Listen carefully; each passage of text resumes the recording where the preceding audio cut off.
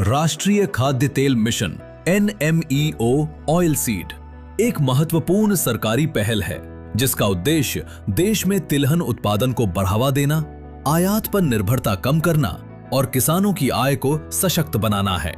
आत्मा के माध्यम से देवघर जिले में इस योजना को प्रभावी रूप से लागू किया गया है, जहां किसानों को उन्नत तिलहन बीज, आधुनिक तकनीक और विशेषज्ञों का मार्गदर्शन उपलब्ध कराया जा रहा है। इन प्रयासों ने देवघर की खेती को एक नई दिशा दी है। जोहार सबको।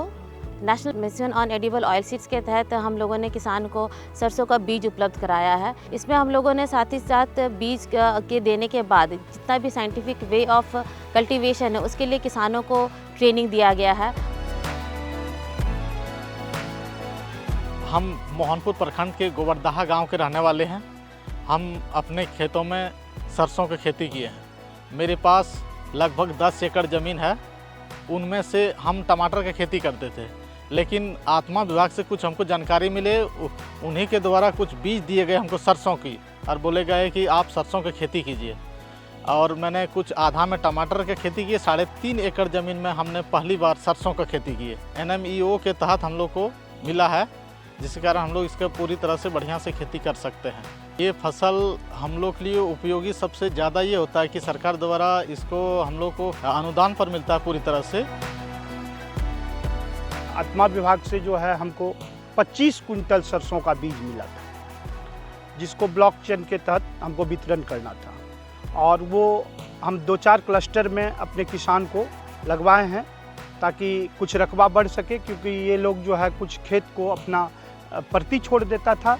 और इस बार जो है अभी आप मेरा एक किसान ये लक्की कुमार है, जिसको इसका खेत प्रति रहता था, उसमें हम 4 एकड़ में 3.5-4 एकड़ में एक किसान को यहाँ पे लगवाए हैं। और भी इस गांव में हम कम से कम 10 एकड़ 20 एकड़ खेती सरसों का लगवाए हैं। हमारे आवश्यकता से हमने थोड़ा सा ज़्यादा खेती की है, जो कि हम लोग को इससे शुद्ध तेल मिलता है, जो सरसों का तेल होता है।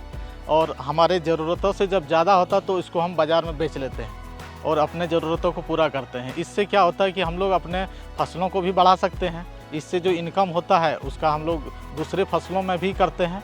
और इससे जो खली वगैरह होता है जो निकलता है तेल के अलावा, तो उसको हम लोग पशुओं को खिलाते हैं और कुछ खेतों में छिड़क देते हैं, जिसके कारण हम लोग का उपजाऊ पैदावार और अच्छा होता है। सरसों की खेती को बढ़ावा देने के हेतु NMEO योजना अंतर्गत किसानों को इस बार पर्याप्त मात्रा में सरसों का बीज उपलब्ध कराया गया, जो कि क्लस्टर में लगाने हेतु हमें निर्देशित था। कई सारे इसमें किसान ऐसे भी थे जिनके पास पर्याप्त ज़मीन थी, लेकिन बीज के अभाव में वो खेती नहीं कर पाते थे।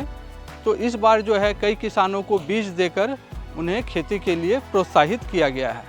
मार्केट से जो बीज मिलते थे वो काफ़ी महंगे मिलते थे। तरह तरह का बीज थे। हम लोग सोचते थे क्या लें क्या नहीं, लेकिन जब हम लोग को विभाग से जानकारी मिले कि ये अच्छा बीज है, तो हम लोगों ने जा कर के विभाग से लिए और ला करके खेती किए। तो जो बाज़ार से महंगी कीमतों पर जो मिलता था उससे इसका पैदावार अच्छा हुआ और हम लोग इस पैदावार से संतुष्ट हैं। NMEO के अंतर्गत तिलहन फसलों के सहयोग से तिलहन उत्पादक क्षेत्रों में वैज्ञानिक मधुमक्खी पालन को बढ़ावा दिया जा रहा है, ताकि मीठी क्रांति के माध्यम से किसानों की आय में वृद्धि की जा सके। ये पहल तिलहन उगाने वाले किसानों को शहद उत्पादन और अन्य मधुमक्खी उत्पादों, मोम, रॉयल जेली के बिक्री के माध्यम से अतिरिक्त आय प्रदान करती है।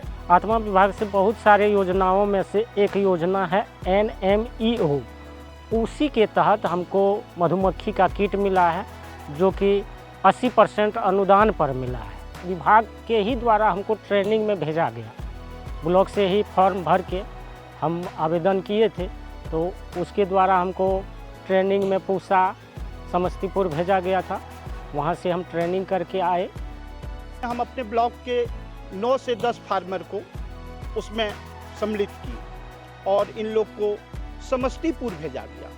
वहाँ से आने के बाद तो इन लोग में जागृति हुई कि सर हम लोग कर सकते हैं मधुमक्खी पालन।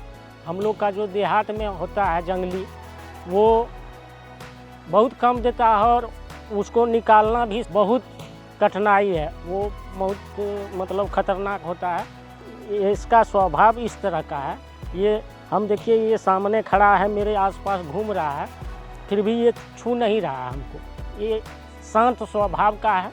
और ये जो इटालियन मधुमक्खी है, ये अपना खाना 6 किलोमीटर तक जाके अपना ये फिर वापस आता है और ये अपना खाना भोजन तैयार करता है। मधुमक्खी पालन से एक व्यवसाय में हम लोग एक और मार्केट को ध्यान में रखते हुए जो एडल्ट्रेशन चल रहा है उससे संबंधित हम लोग किसानों को एक प्रॉपर दे रहे हैं कि आप सही तरीके से इसका कल्टीवेशन कीजिए, ताकि जो डुप्लीकेसी मार्केट में चल रही है उसको बाज़ार को ख़त्म करते हुए किसानों के द्वारा जो शुद्ध हनी प्रोड्यूस किया जा रहा है उसके लिए एक उसको अच्छा अप्रोच मिल जाएगा मार्केट में। अपने बच्चे लोग को देखते थे तो हमको ये भी टेंशन होता था कि अगला हम कैसे उसको अच्छा से परवरिश दे सके, शिक्षा कैसे दे सकें, ये भी टेंशन होता था। लेकिन अभी जो नई तकनीक से कर रहे हैं इससे हमको दुगुना आमदनी हो रहा है। और ऐसे ऐसे किसान से भी हम मिले हैं जो साल में 30 से 40 लाख रुपए कमा सकते हैं किसान से ही। आज हम लोग देखें कि तकनीक से जब हम लोग करते हैं खेती, जो विभाग से बता देता हम लोग को जानकारी के अनुसार हम लोग करते हैं, तो उसमें क्या होता है इनकम हम लोग का बहुत अच्छा होता है, जिससे हमारे सभी ज़रूरतों पूरा हम लोग कर सकते हैं। जिससे इस तरह से हम लोग खेती किए, इस खेती से मतलब अपने ज़रूरतों के हिसाब से इसका हम लोग उपयोग भी कर लेंगे और कुछ बेच करके उससे हम लोग अपना आमदनी को बढ़ा सकते हैं। और जो अपने बच्चों को जो पढ़ाते हैं उसमें भी खर्च कर सकते हैं कुछ पैसा। तो कुल मिला करके ये होता है कि हम लोग को अपने ज़रूरतों के अलावा भी हम लोग अपना बेच करके कुछ आवश्यकता भी पूरा कर लेते हैं। आज देवघर के खेतों में तिलहन की सुनहरी फसल केवल उत्पादन ही नहीं बल्कि आत्मनिर्भरता का प्रतीक बन चुकी है। एनएमईओ ऑयल सीड और आत्मा की संयुक्त पहल ने किसानों को सशक्त बनाकर उन्हें समृद्धि की राह पर अग्रसर किया है। जब सही योजना, वैज्ञानिक मार्गदर्शन और किसानों का परिश्रम एक साथ आता है, तब विकास की नई कहानी लिखी जाती है।